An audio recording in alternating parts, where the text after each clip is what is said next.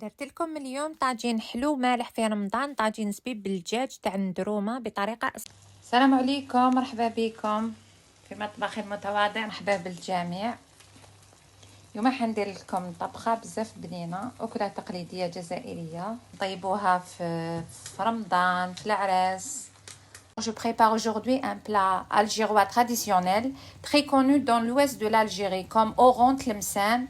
معروف بزاف عند التلمسانيه ناس ندرومه. درت مغرفه تاع السمن من مغارف تاع الزيت، زيت عادي، وضفت البصل، شويه بصل قليته مليح، نقليه مليح مليح مع الدجاج. الدجاج انا نحيت له الجلده تاعو، نخلي نستنى حتى يتكراميليزا بيان هاد البصل، ومن بعد نزيد له شويه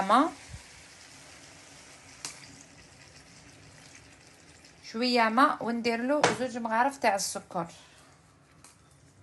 باسكو هذا الطبق يجي مالح وحلو. من بعد كي يتكراميليزا بيان هذاك البصل ويتحمر بيان ويطلق العسل تاعو، باسكو البصل يطلق البنه في الماكله، نضيفوا له من بعد الزبيب اللي هو لي غيزان سيك، العنب المجفف بالعربيه. هذا لازم يتغسلوه، ماشي كي تجيبوه تديروه ديريكت، كاين بزاف من الكيس مباشره يرموه لداخل. لا انا نغسلوه 4 مرات حتى ل5 مرات.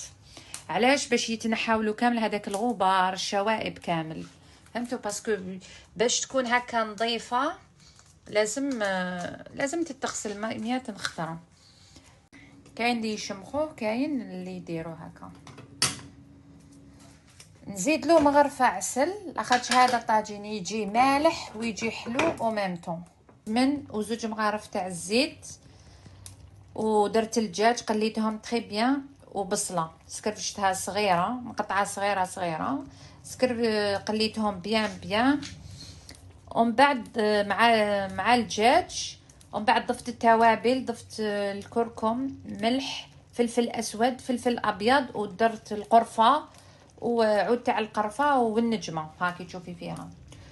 ومن بعد هذيك درت البصله كبيره قطعتها صغيره ودخلتها لداخل. كي تحمرت بيان راني زدت 2 كويار تاع المزهر لو دوز. طاجين تاع تلمسان سورتو تاع ناس ندرومه يديروه بزاف. كيما راكم تشوفوا انا درت له الزبيب ودرت له لي زابغيكو سيك. هاد الطبق جا بزاف بنين، نصحكم تجربوه. الدجاج جا على حبه يذوب في الفم.